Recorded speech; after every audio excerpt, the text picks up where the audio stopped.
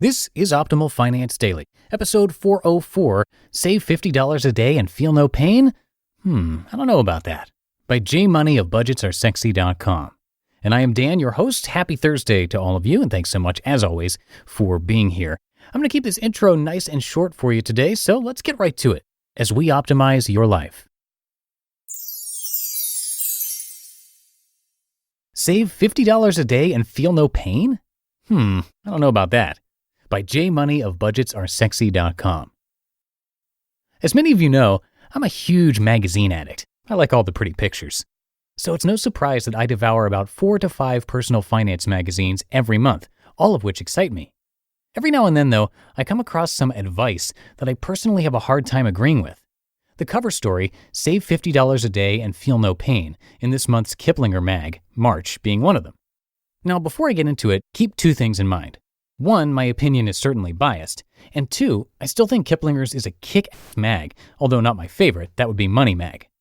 That being said, not everything you do to save $50 a day is necessarily going to be smart, and I'm feeling feisty enough today to explain why. But because I'm also a lover, I'll also share the tips that I happen to agree with as well, but let's start with the bad ones first. The 3 tips I hated. 1, boost the deductibles on your insurance. Increasing the deductibles on your comprehensive and collision coverage from $500 to $1,000 or even $2,500 can reduce your premiums by 12% to 18%, possibly saving you $648 a year. You mean to tell me every time you cause a car accident, you'd be willing to spend $2,500 to get it taken care of? No way in hell. That's like saying you can go 4 full years without incident. No siree, Bob, not for me. 2, cut your commute 1 day a week. Quote, if you reduce your driving time by 1 day per week by telecommuting or carpooling, you'll drive 3,120 fewer miles per year, end quote. Yes, and you'll also be on the top of the list when it comes time to downsize. Of course, this is totally based on your employer and given situation, but during times like this, I wouldn't risk it. If you want to save on driving, I'd suggest going with the carpooling idea. 3, ditch the old fridge and pick up a brand new one to save energy costs. They recommend a Frigidaire 18.2 cubic foot model for $750. So you want me to spend $700+ so I can save $100 a year? No thanks. My current fridge is doing just fine and I'm not about to trash it for a newer version. Now if I needed a new one, then yeah, I'm open to the suggestions. But how many people reading this mag will be in the market for one? Not many. The 3 tips that made me ponder. 1, cut your hair off. Yes, I suppose this would indeed save you some bucks, but good luck convincing the ladies of this. For men, Kiplinger suggests using the hair cuttery at $15 a pop. I used to go there all the time before I got the missus to do the dirty work. And for women, they brought up beauty schools like Paul Mitchell's for around $50 instead of $90.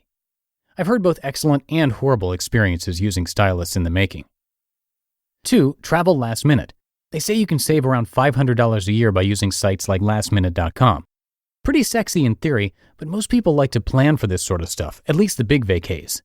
I'd be up for giving it a shot for quick getaways, though. 3, buy a fuel-efficient car. This may or may not belong in this category depending on what your idea of fuel-efficient is.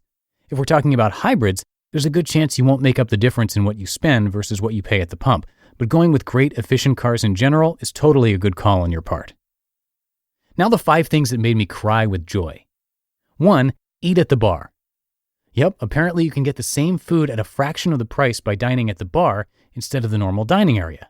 I wouldn't want to do it all the time, especially if I'm in a fancy place to enjoy the atmosphere and good talk with some friends, but I'd totally do it when in need of a quick bite.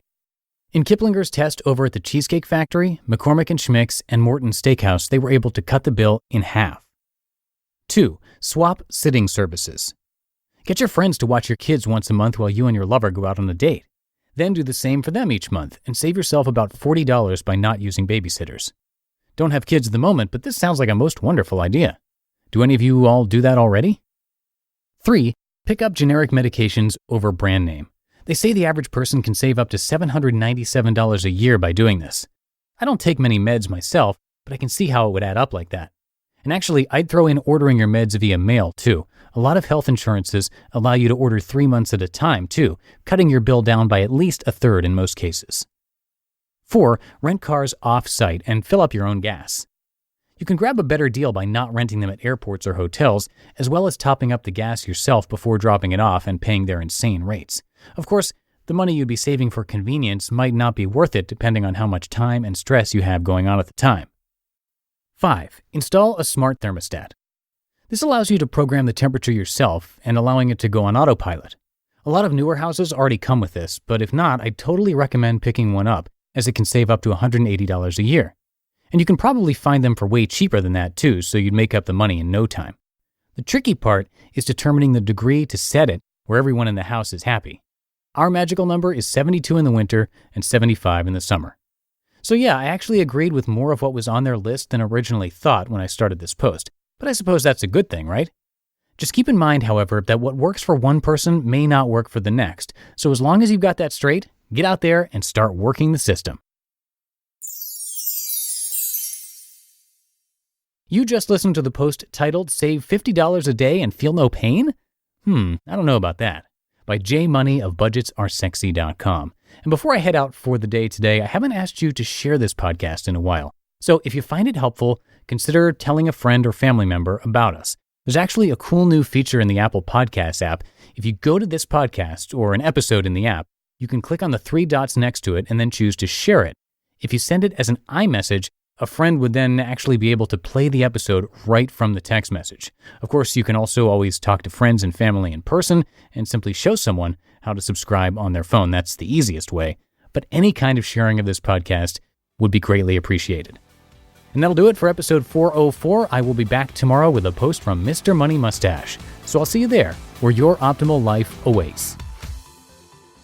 Hello, Life Optimizer. This is Justin Malik, creator and producer of this podcast, but also Optimal Living Daily, the show where I read to you from even more blogs covering finance, productivity, minimalism, personal development, and more from incredible bloggers like Derek Sivers, Zen Habits, Mark and Angel, The Minimalists, and all the ones you hear on this show too.